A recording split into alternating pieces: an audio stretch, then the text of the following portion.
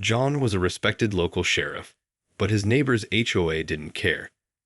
When they labeled his truck an eyesore and demanded he remove it, he knew he had to take drastic action to defend his property and his honor. Little did they know, this was no ordinary truck, and they were about to learn a hard lesson about crossing the wrong law enforcement officer. John pulled into his driveway, exhausted after a long shift. All he wanted was to relax, but as he stepped out of his truck, he noticed a fresh neon orange warning sticker plastered across the windshield. "What the?" John muttered, ripping it off.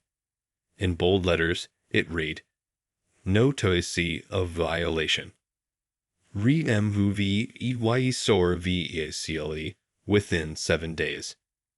Fury bubbled up inside him. This was his personal truck, a Ford F-150 that had served him well for years.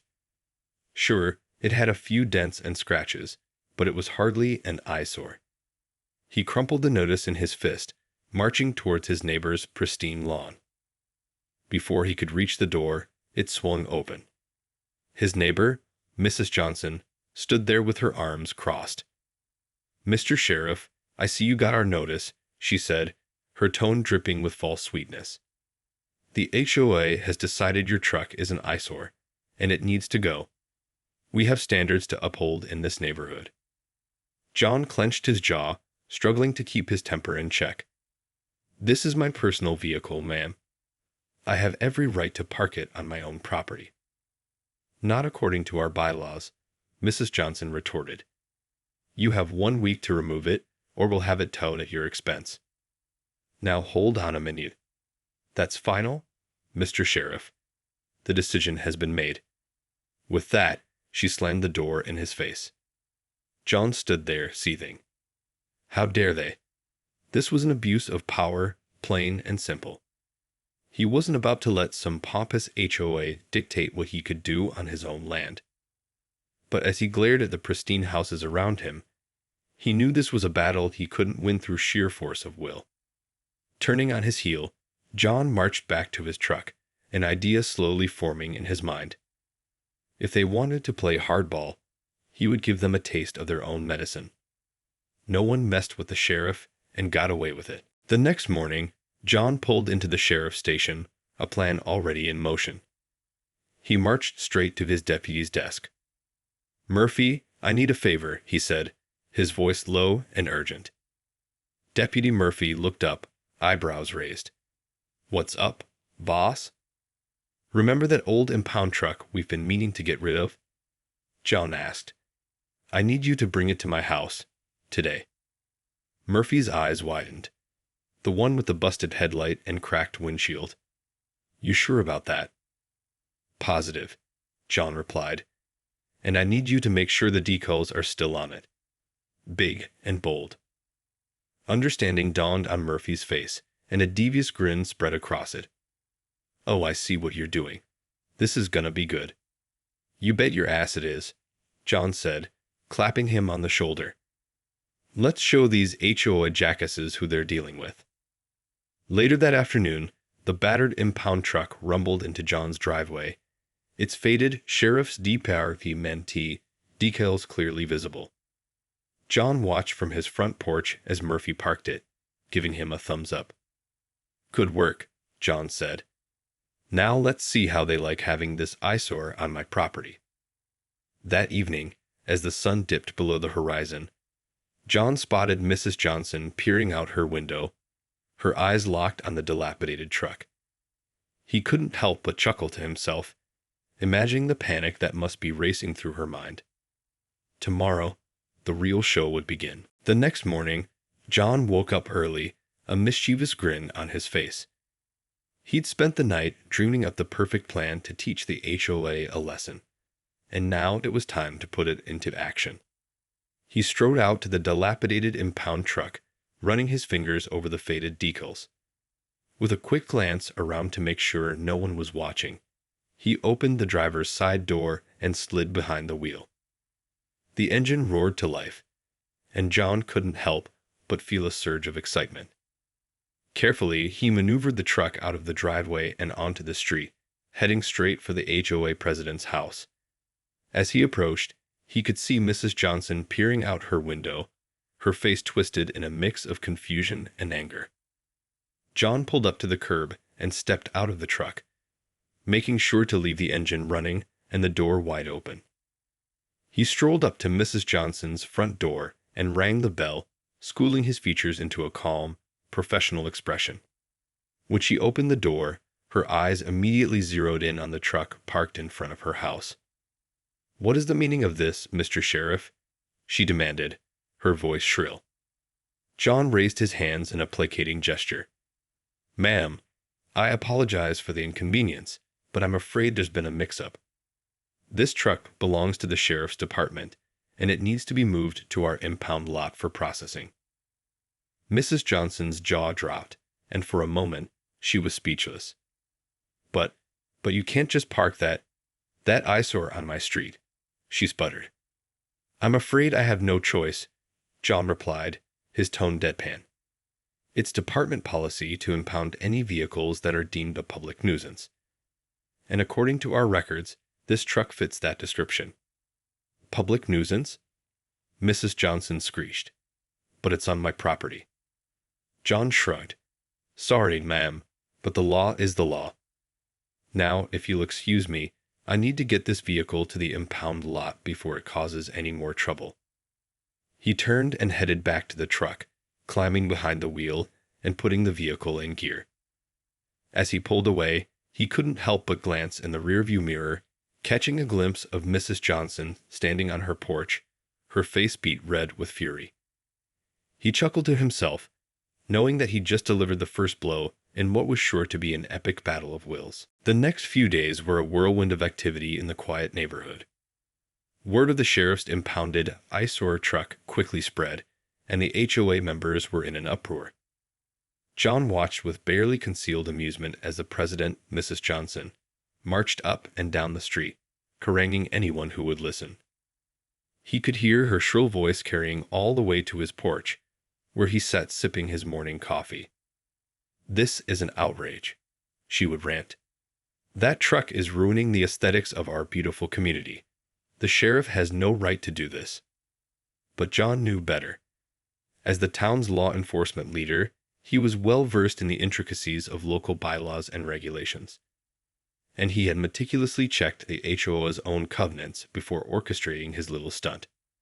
Sure enough, on the third day, Mrs. Johnson appeared on his doorstep, her face flushed with anger. "Mr. Sheriff, I demand that you remove that thing from my neighborhood immediately," she spat. John leaned against the doorframe, feigning an air of calm. "I'm afraid I can't do that, ma'am. As I explained the other day, this vehicle is the property of the sheriff's department, and it needs to be processed through our impound lot."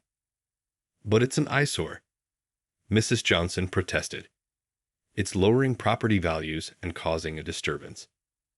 "Well, that's not my problem," John replied evenly. "The HOA bylaws clearly state that the association has no jurisdiction over vehicles belonging to law enforcement agencies. So unless you can provide me with a court order, that truck is staying right where it is." Mrs. Johnson's eyes narrowed to slits. "You're doing this on purpose, aren't you? This is some kind of petty revenge." John raised an eyebrow. "I have no idea what you're talking about, ma'am. I'm simply doing my job and following the law." "The law?" Mrs. Johnson spat. "Well, I'll show you the law." She whirled around and stomped back to her house, her heels clicking furiously against the pavement. John watched her go, a faint smile playing on his lips.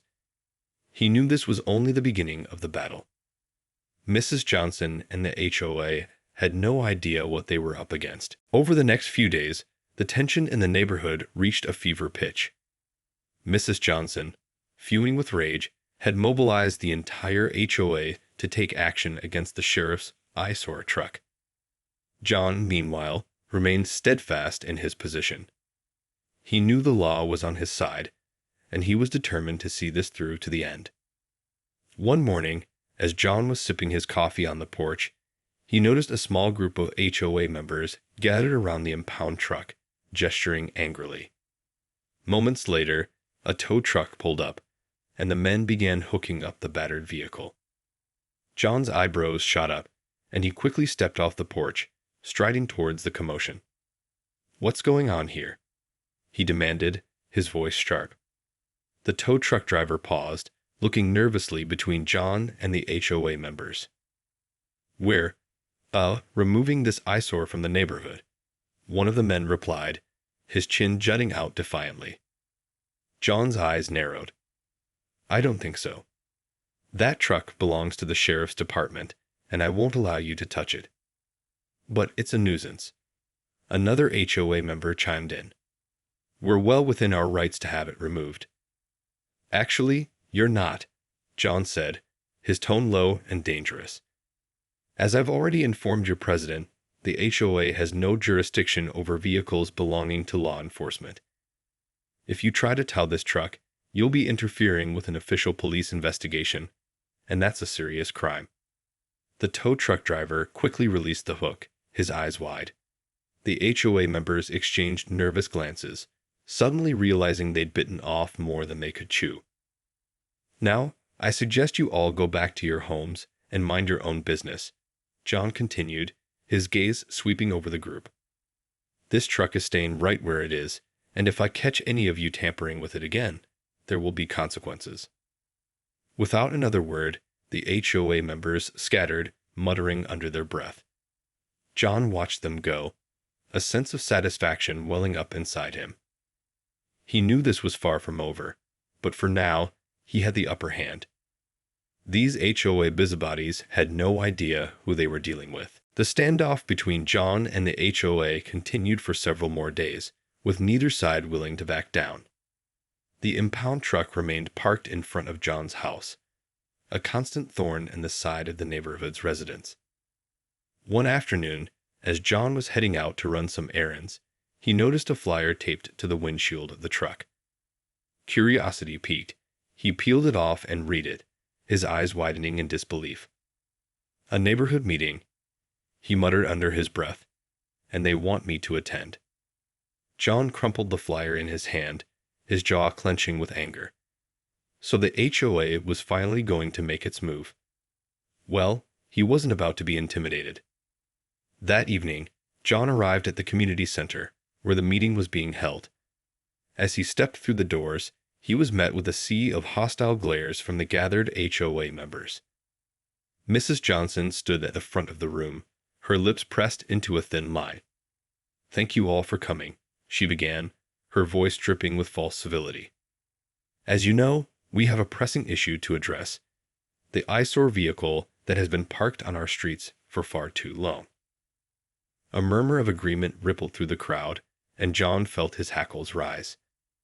"Now, I've tried to resolve this matter directly with the sheriff," Mrs. Johnson continued, "but he has refused to cooperate. So we decided to take this to the next level."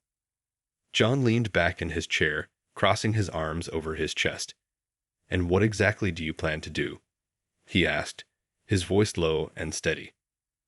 Mrs. Johnson's eyes narrowed as she turned to face him. "We're filing a formal complaint with the city council. We want that truck removed, and we want it done now." A few of the HOA members erupted into applause, but John simply shook his head. "Good luck with that," he said, his tone dripping with sarcasm. "But I can assure you, it won't do you any good." Mrs. Johnson's face flushed with anger. "We'll see about that, Mr. Sheriff. This neighborhood has put up with your antics for far too long. It's time for you to learn that you're not above the law." John leaned forward, his eyes blazing.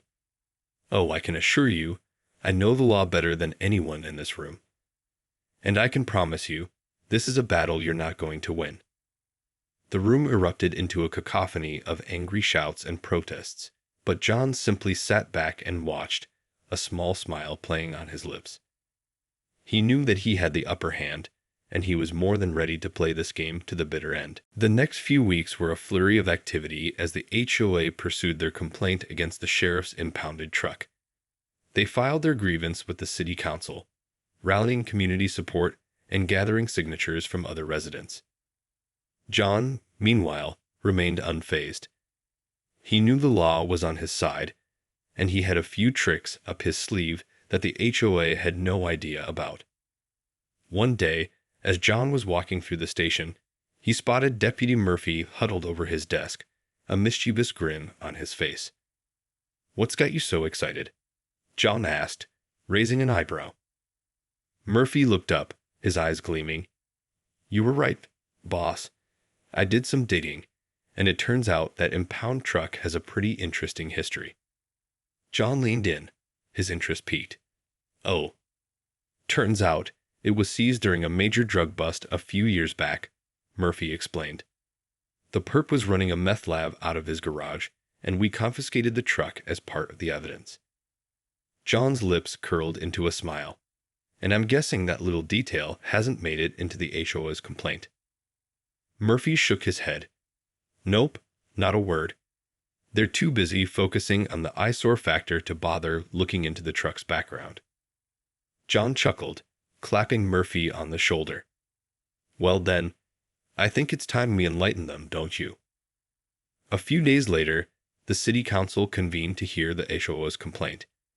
John sat in the front row, his expression calm and composed as Mrs. Johnson and her cohorts presented their case.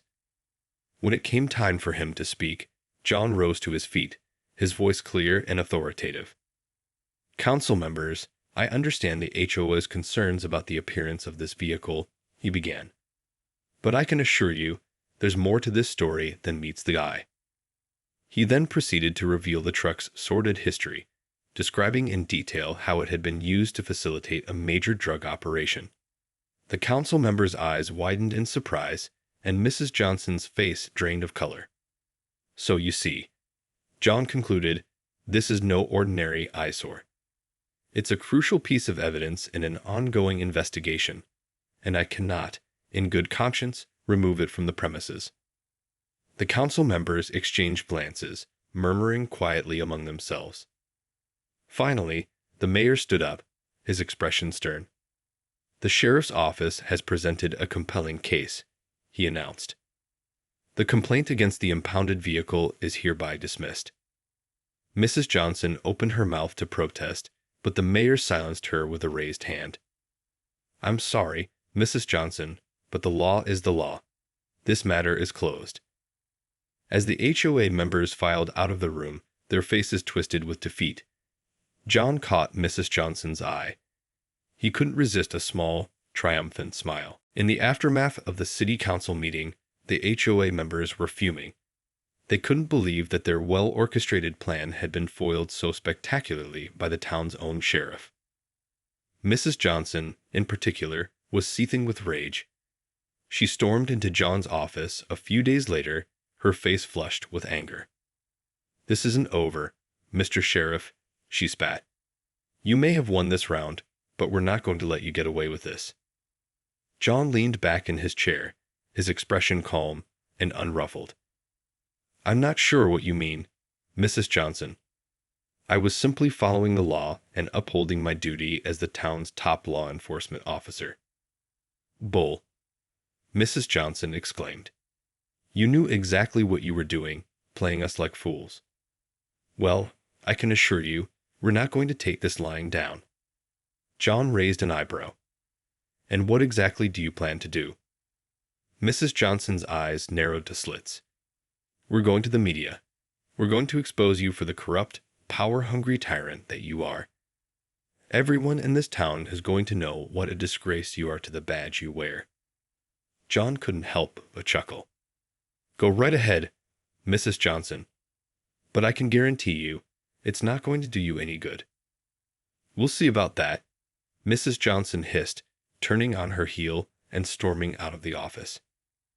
True to her word, Mrs. Johnson and the HOA wasted no time in reaching out to the local news outlets. Within a week, the story of the corrupt sheriff and his eyesore truck was splashed across the front pages of the local newspaper and the evening news. But to the HOA's dismay, the backlash they had hoped to generate never materialized. Instead, The community rallied behind their sheriff, praising him for his dedication to upholding the law and protecting the town's interests. Mrs. Johnson and her cohorts were left red-faced and defeated, their attempts to discredit John thoroughly thwarted. And as for the impound truck, it remained parked in front of John's house, a silent testament to the power of the law and the unwavering resolve of a sheriff who refused to back down. In the end, it was the HOA who learned a hard lesson of crossing the wrong law enforcement officer. And John, well, he couldn't help but feel a sense of satisfaction as he looked out at the truck, a small, triumphant smile playing on his lips.